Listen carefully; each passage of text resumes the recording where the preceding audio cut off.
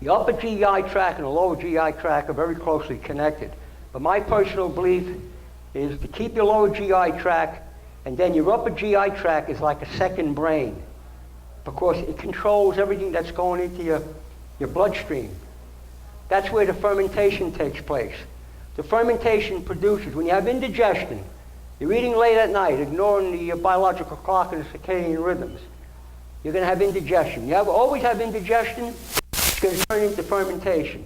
When you have fermentation, you're going to have bacterial overgrowth. That's why probiotics are the ultimate thing that everybody should be taking.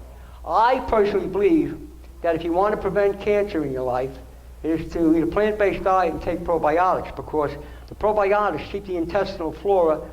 They have the upper hand over the pathogenic bacteria. So when you start to ferment, what happens? Your body is producing methane and hydrogen gas. If anybody here knows about anybody here know about Otto Warburg? Okay, everybody quotes Otto Warburg. He won a Nobel Peace Prize in science, and he said that cancer thrives on fermentative, non-oxidative respiration. Well, Otto Warburg was a brilliant guy, but I think a lot of people are misinterpreting what he said, and that was back in 1931, so there's a lot of new information. I think some of the things he said wasn't exactly correct. Excuse me for saying so. But that's why I'm saying what I just said there, because it's all interrelated.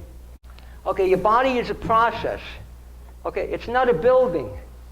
It's an organic biological organism that every second you got 100 trillion cells with 100 trillion atoms in there that are feeding you information. It's an exchange between your brain, your cells, your bloodstream, your lymphatic system, and your GI tract. Once you get those things in order, anxiety goes away. I see anxiety go away a lot. Depression, you can help a person with depression, because it's just another manifestation that's physical from a chemistry. Once you start doing this right, people start to feel wonderful. I know a person that suffered from severe depression, went on a 21-day juice cleanse. By the 5th day into the cleanse, the person was ready to go into a hospital. By the 5th day into the cleanse, it was like a miracle. Laughing, happy, running all over the place. I could do this forever. Felt like a new person. No depression. No anxiety. Of course, they're interrelated. They're like brothers and sisters. What happened after 21 days?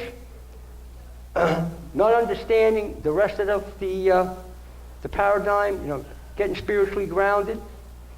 So you could go back to your, back to eating. Well, the person went back to eating what they were eating before. What happened? Within a month, they were just right back where they were. They should have left out the foods that was the cause of their problem, the processed food. The processed food is a modern-day curse. It's a killer. It probably costs more lives than all the world wars put together. I'm sure of it. There's all kinds of evidence to. Our chronic disease comes from processed food. That's where most of it comes from. Not genetic, it's epigenetic, and it comes from the processed food.